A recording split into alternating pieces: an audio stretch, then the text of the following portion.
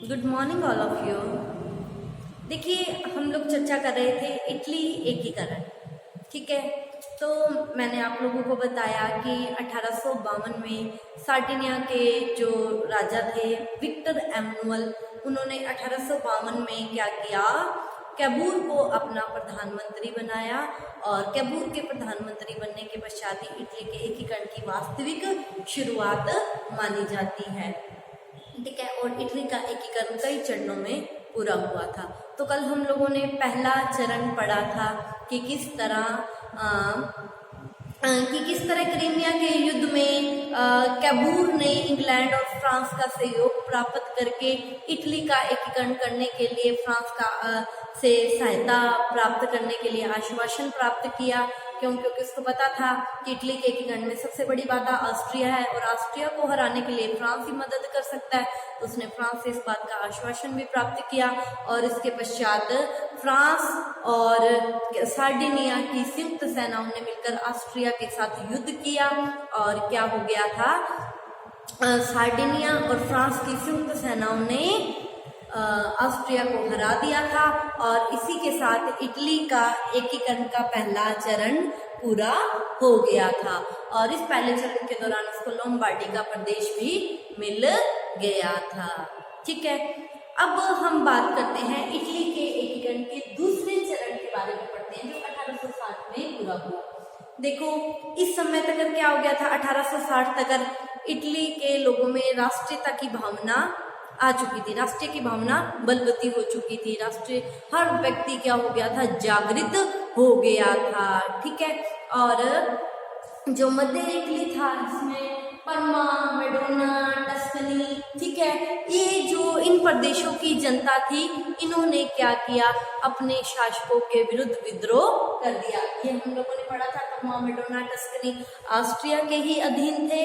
ठीक है, तो परमा, मेडोना, टस्कनी यहाँ की जनता में राष्ट्रीयता की भावना आ गई और इन्होंने अपने अपने शासकों के विरुद्ध क्या कर दिया, विद्रोह कर दिया और इन्होंने क्या किया, अपने अपने शासकों के विरुद्ध विद्रोह कर दिया, अपने अपने शासकों को क्या किया, हरा दिया।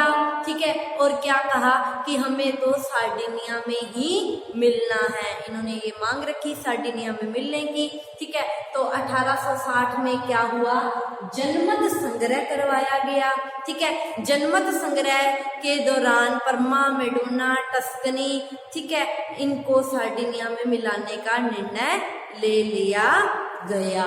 ठीक है, जबकि सेवाए और जो निस थे उसने क्या किया, फ्रांस में मिलने का निर्णय लिया। ठीक है, क्यों, परमा, मेडोना, टस्कनी यहाँ के शासकों, यहाँ की जनता ने क्या किया, अपने अपने राजाओं को हरा दिया और क्या कहा, हमें तो सार्डिनिया में मिलना है। फिर जनमत संग्रह हुआ, अब सारी जनता ने वोट डाले, पोलिंग की, तो ये निर्णय लिया गया कि सब सार्डिनिया में मिलना चाहते हैं। लेकिन सेवाए और निस के लोगों ने क्या निर्णय लिया कि हम फ्रांस में मिलना चाहते हैं, फ्रांस में मिलने का निर्णय लिया।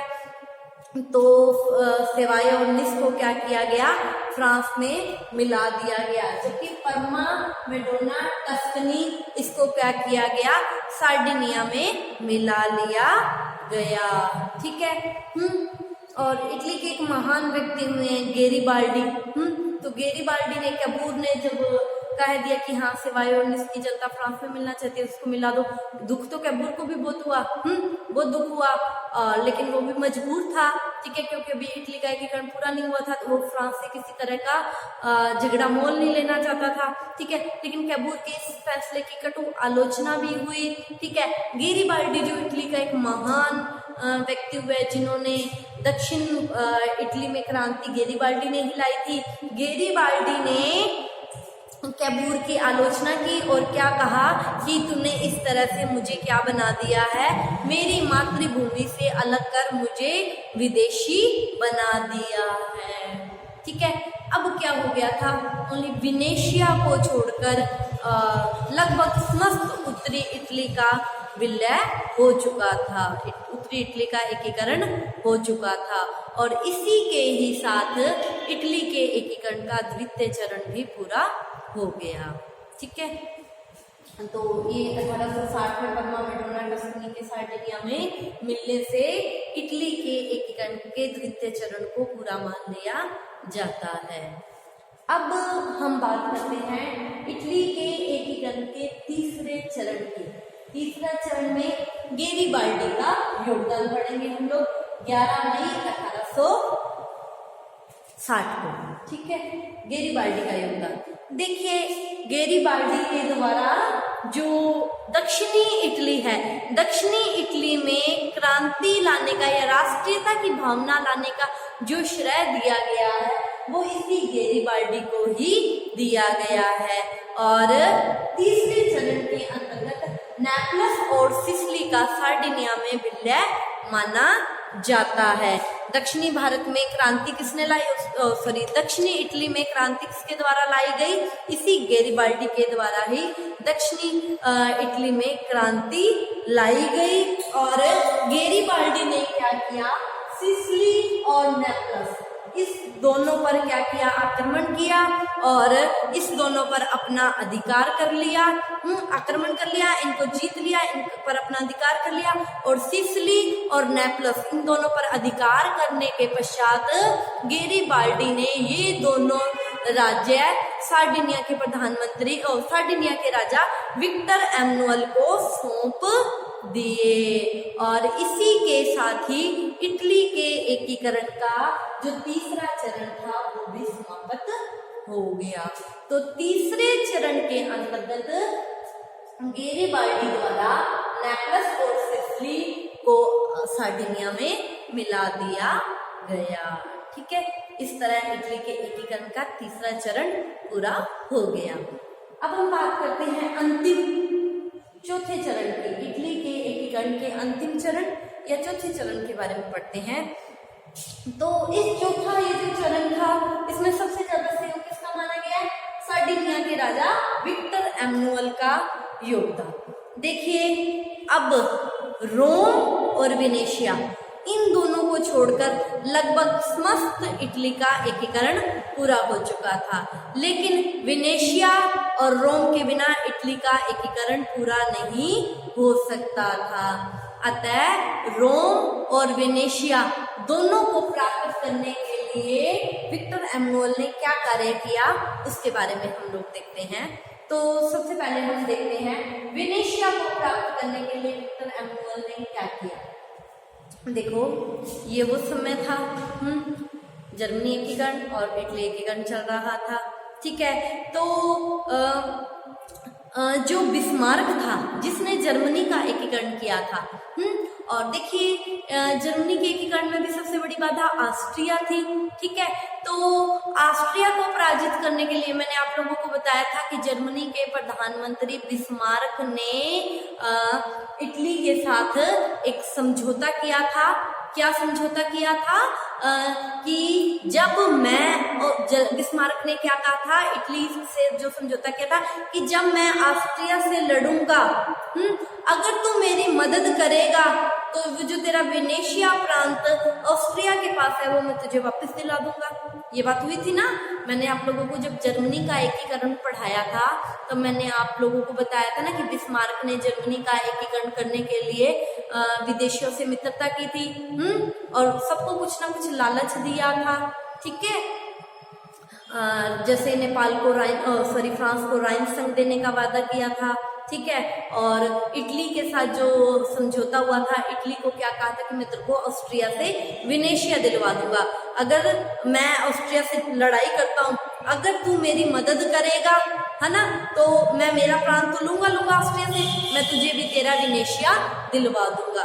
अब देखिए, जब 1866 में ऑस्ट्रिया और मतलब बिस्मार्क और ऑस्ट्रिया के मध्य युद्ध चल रहा था, तो सार्डिनिया के शासक विक्टर एमनुअल ने वेनेशिया प्राप्ति की शर्त पर ऑस्ट्रिया प्रशा युद्ध में प्रशा का साथ दिया था।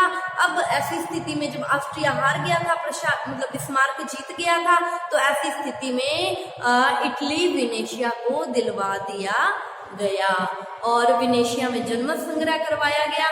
जनमत संग्रह में के द्वारा वेनेशिया को सार्डिनिया में मिला लिया गया। ठीक है, अब हम बात करते हैं रोम की प्राप्ति। अब देखो, रोम को छोड़कर संपूर्ण इटली का एकीकरण हो गया था और रोम के बिना इटली की स्थिति ऐसी थी जैसे हृदय के बिना मानव शरीर, हृदय के बिना मानव शरीर की कोई वैल्यू नहीं होती। हृदय है, वो धड़क रहा है तो मानव शरीर है ना। अन्यथा वो क्या है, एक मृतपुंज है। ठीक है, तो यही स्थिति इटली की रोम के बिना थी। ठीक है, और रोम को प्राप्त करना बहुत मुश्किल था। क्यों? क्योंकि रोम पर पोप और पादरियों का अधिकार था।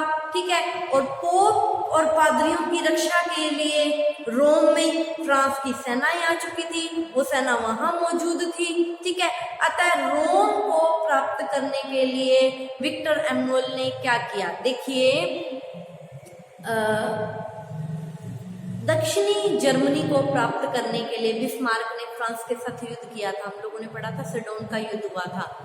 जब मैंने आप लोगों को जर्मनी एकीकरण पढ़ाया था तो उसमें मैंने आप लोगों को बताया था कि बिस्मार्क ने या प्रशा ने फ्रांस के साथ युद्ध किया था दक्षिणी जर्मनी को प्राप्त करने के लिए। ठीक है, तो जिस समय प्रशा और फ्रांस के मध्य युद्ध चल रहा था, सेडोन का युद्ध चल रहा था दोनों के मध्य में। ठीक है, तो जितनी भी सेना थी फ्रांस की वो उस युद्ध में व्यस्त थी। विक्टर एम्नुअल ने क्या किया, स्थिति का लाभ उठाया और 20 अक्टूबर 1870 को उसने रोम पर आक्रमण कर दिया। क्यों? क्योंकि जो सेना फ्रांस की जो सेना पोप और पादरियों की सुरक्षा के लिए रोम में नियुक्त थी, वो तो युद्ध में जा चुकी थी। ठीक है, तो विक्टर एम्नुअल ने स्थिति का लाभ उठाया और 20 अक्टूबर 1870 को रोम पर आक्रमण कर दिया, रोम पर अपना अधिकार कर लिया, वहां जनमत संग्रह करवाया गया और रोम की जनता ने सार्डिनिया में मिलना स्वीकार कर लिया।